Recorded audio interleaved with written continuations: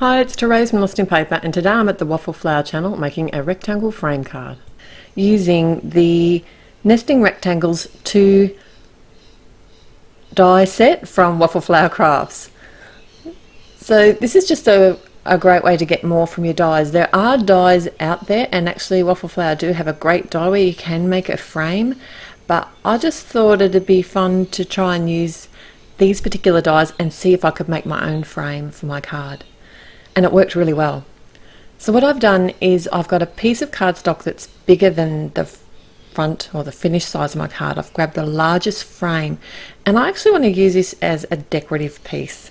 So you don't need to do any of this. I just wanted to add some details, and this has some gorgeous stitching line in it, as well as it's also going to give me a, instead of cutting, it's going to give me like a border. So I've run it through my Big Shot on tab 1 with a base plate and the die, then the cardstock, and then a rubber mat, and this stops the die from actually cutting. And then I just have a top plate on top and run it through. It's really easy to do. Now I've grabbed the third smallest die, and I am going to cut a window. So this is going to be sort of the center of my card where I'm going to put my images. And once I sort of took that out, I had a look at it, and I just thought it needed something more. So I came back in again and did some more debossing. So this is with the next larger die. I've held it in place with some low tack tape, gone back to my embossing sandwich. So this is tab 1, base plate, die facing up, cardstock, rubber mat, and a top plate, and run that through.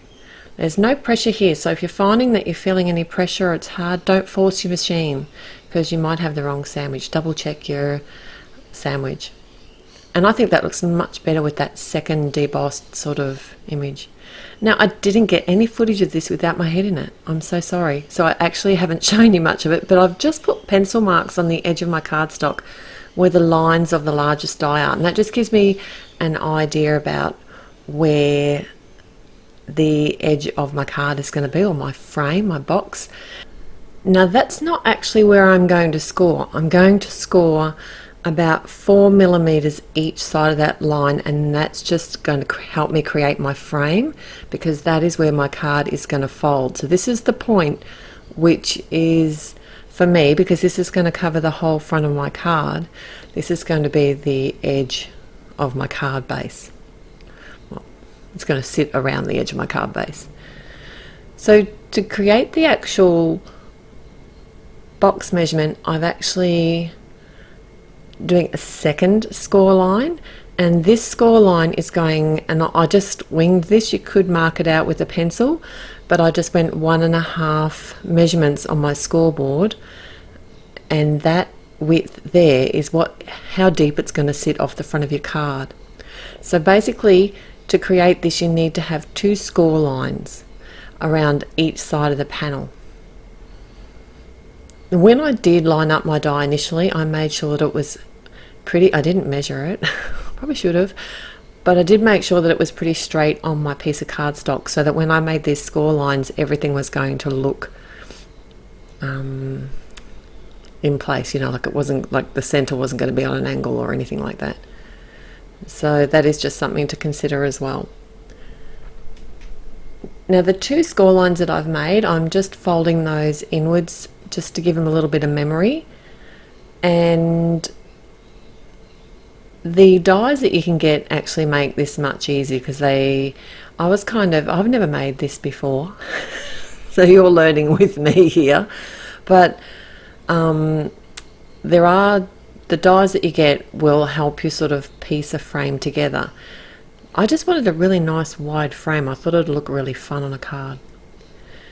The next step I did was actually cut with my scissors on an angle from the corner right to where the edge of my card front, or the corner of my frame, was going to be, and then just kind of worked out how I was going to wing it. And if I did it again, I'd do it a little bit differently. And I kind of learned as I went along. So I did that. I did cut to each corner on around the whole design of the card. And then that way I figured I could fold in one of the edges and then fold a flap over the back. You'll see what I mean in a minute. So this is where I'm cutting the bit that's going to fold over the back. This is something I would change next time. I would cut this on a slight angle so that when I folded this back over, the edges don't show. I did just cut them off by hand afterwards, but it would have been easier to just put a slight angle on those so that when I folded that back, they wouldn't show on the front of the frame.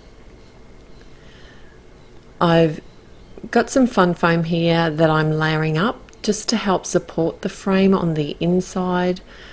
And this, for me, with these measurements, I needed to use 2 pieces of fun foam. But obviously that's going to be affected depending on how wide you make your frame. And I am using score tape here today because I know it's got a nice strong hold. You could use the red line tape, and if you wanted, liquid glue would work. You would just need to hold it in place while it dried.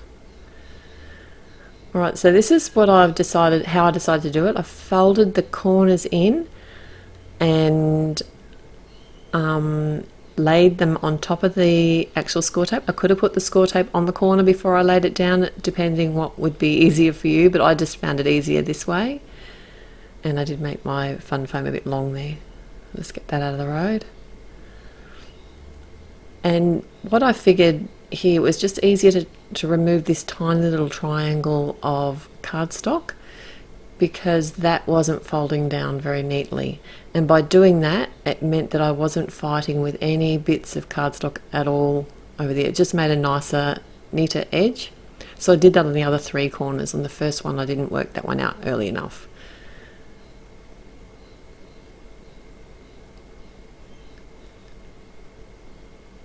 This is where I used some more score tape just to hold everything in place. I figured I might as well give it a strong hold because it is going to be a fairly bulky card. It is something that I probably would not post unless I put it in a we have rigid mailers here, they're called, which are really great to post things in, and they don't cost much, extra postage really.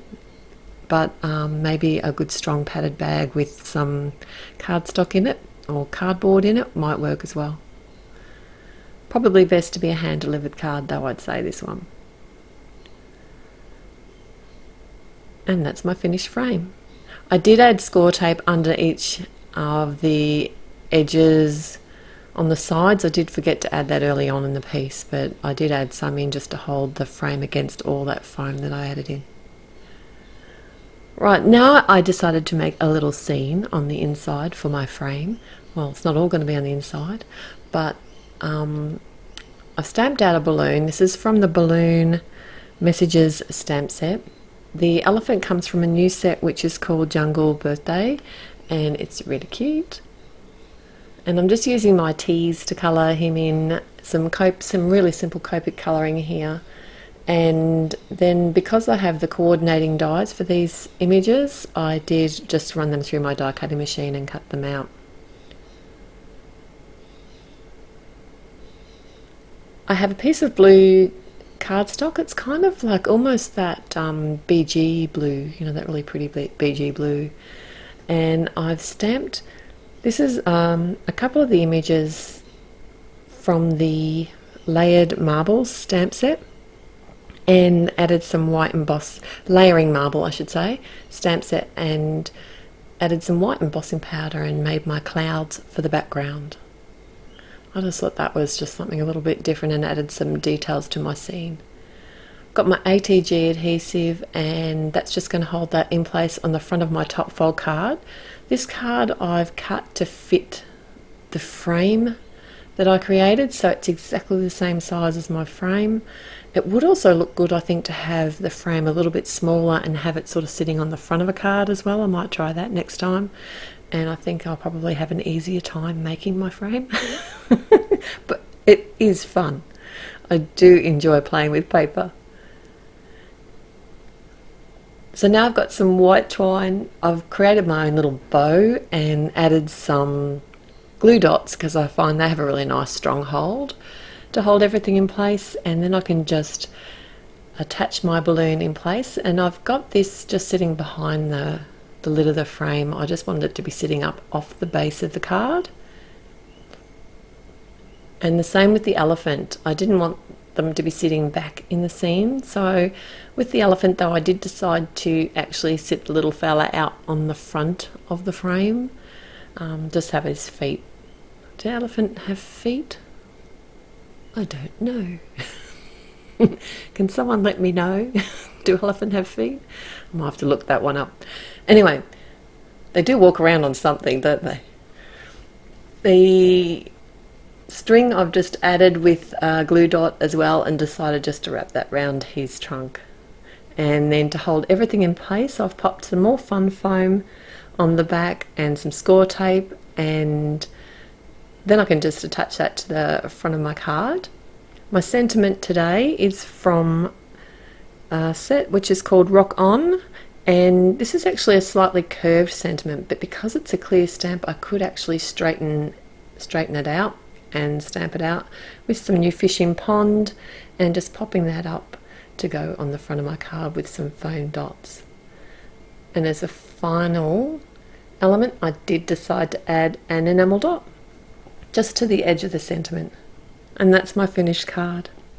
Thanks so much for joining me here today. I'll have all the links below to my blog, and you can head there to Waffle Flower Crafts as well, and you'll find all the great products there. Till next time, happy paper crafting. Bye.